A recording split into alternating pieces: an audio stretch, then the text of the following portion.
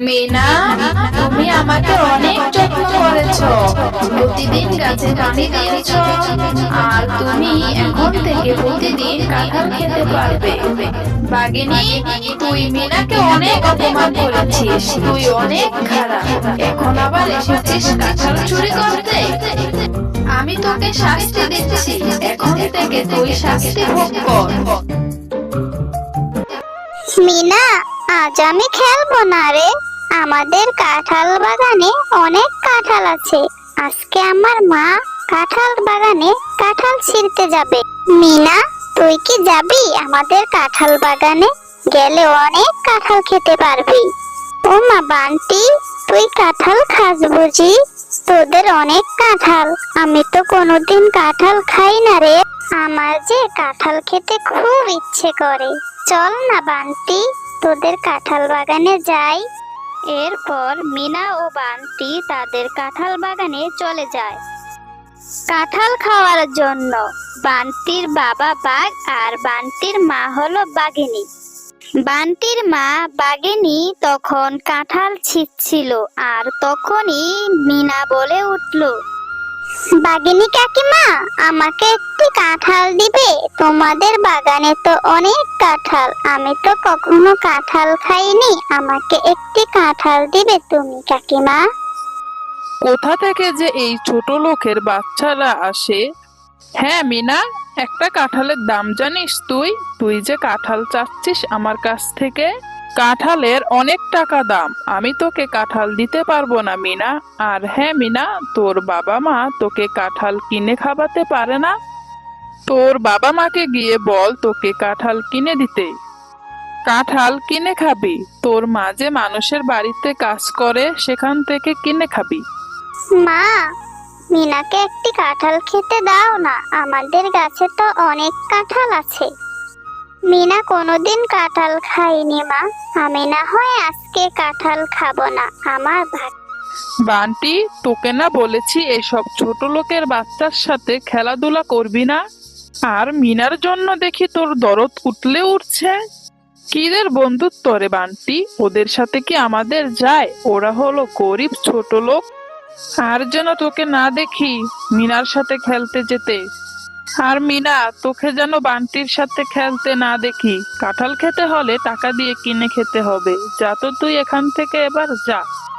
ও মামা, আমি না বান্টির সাথে বান্টিদের কাঁঠাল বাগানে গেছি একটু কাঁঠাল খাওয়ার জন্য।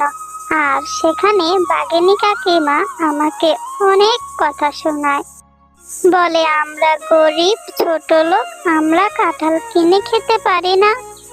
বাঘিনী কাকিমা বলেছে টাকা দিলে আমাকে কাঁঠাল দিবে, না হয় দিবে না। তুই কেন গিয়েছিস রে মা কাঁঠাল চাইতে? তুই জানিসই তো মিনা, আমি মানুষের বাড়িতে কাজ করি। দুই বেলা দুই মুঠো ভাত জোগাতে কত কষ্ট করতে হয় আমাকে। তোর বাবা চলে যাওয়ার পর থেকে কত কষ্ট করে সংসারটা চালাচ্ছি আমি। তোকে লেখাপড়া করাচ্ছি, তুই মন খারাপ করিস না মা। আমি টাকা জমিয়ে তোকে কাঁঠাল কিনে দিব রে মা, তুই কান্না করিস না। ঠিক আছে মা, আমি আর কোনোদিন কাঁঠাল খেতে চাইবো না, বান্টিদের বাগানেও যাব না।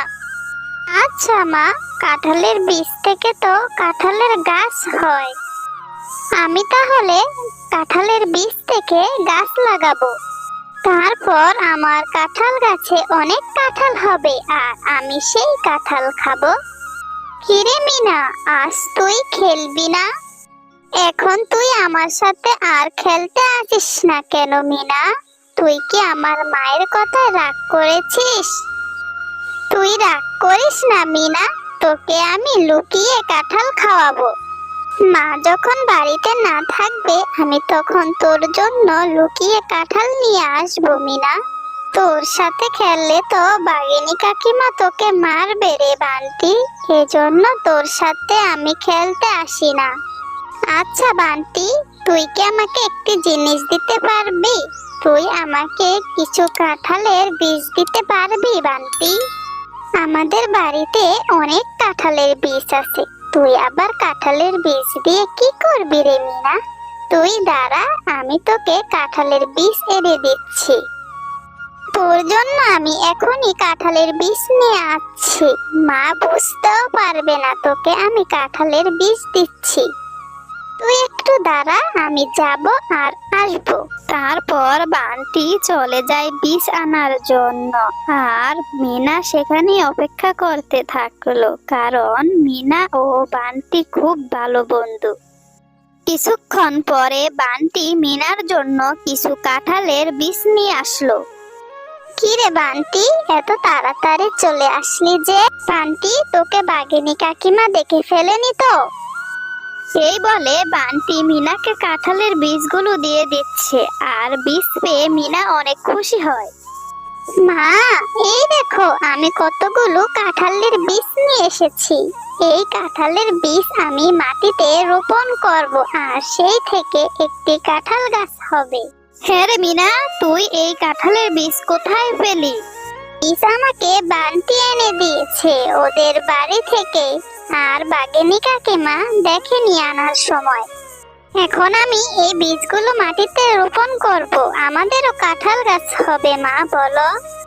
আরে পাগলি মেয়ে কোথাকার, এই কাঁঠালের বীজ থেকে কাঁঠাল গাছ হতে তো অনেক সময় লাগবে। তাও তোর যতক্ষণ ইচ্ছে তুই কাঁঠালের বীজ থেকে কাঁঠাল গাছ রুবি, আর সেই গাছ থেকে কাঁঠাল খাবি, তাহলে দেখি হয় কিনা। এরপর মিনা তার মার কথা মতো কাঁঠালের বীজগুলো মাটিতে রোপণ করে।